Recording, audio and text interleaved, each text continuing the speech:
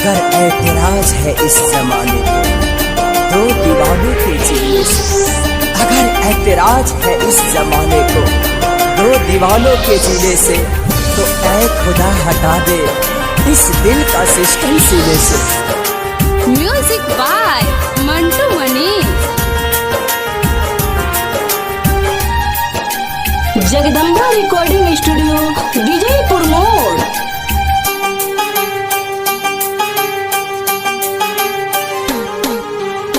ना रहल जान तू तो हमरा तो कदीर में, काहे छोड़ के जाता रू दुनिया के भीड़ में, काहे छोड़ के जाता रू दुनिया के भीड़ में।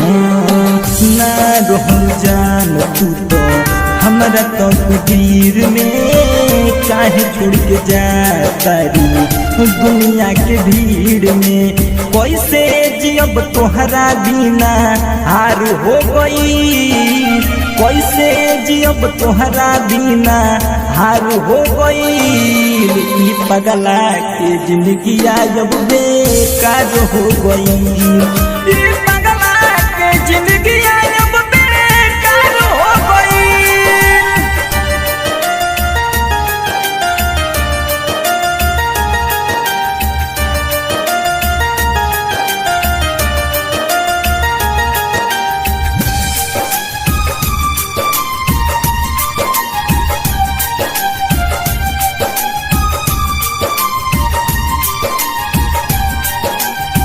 रहलू तू जान अब जान हो गईलू, हाथ हमर छोड़ी के दोसरा के धइलू, हाथ हमर छोड़ी के दोसरा के धइलू। नम दिल से हमर मिटावेलू, दोसरा के मेहंदी रचावेलू। कैसे जियब तोहरा बिना हार हो गईल, कैसे जियब तोहरा बिना हार हो गईल।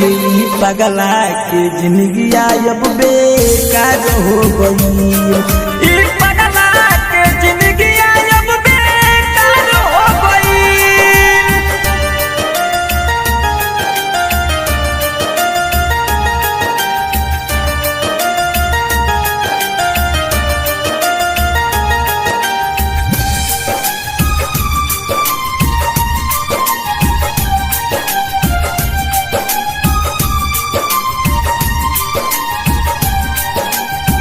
मन कर याद तुहार दिल से मिटा दी, संग खिंचावल फोटो आगी में जरा दी, संग खिंचावल फोटो आगी में जरा दी। दीवाना के तू न भूलई हो, जब हमसे नजरिया मिलई हो। राइटर शिवानी के बाहर हो गई, राइटर शिवानी के बाहर हो गई। ई बाबा के जिंदगी अब बेकार हो गई।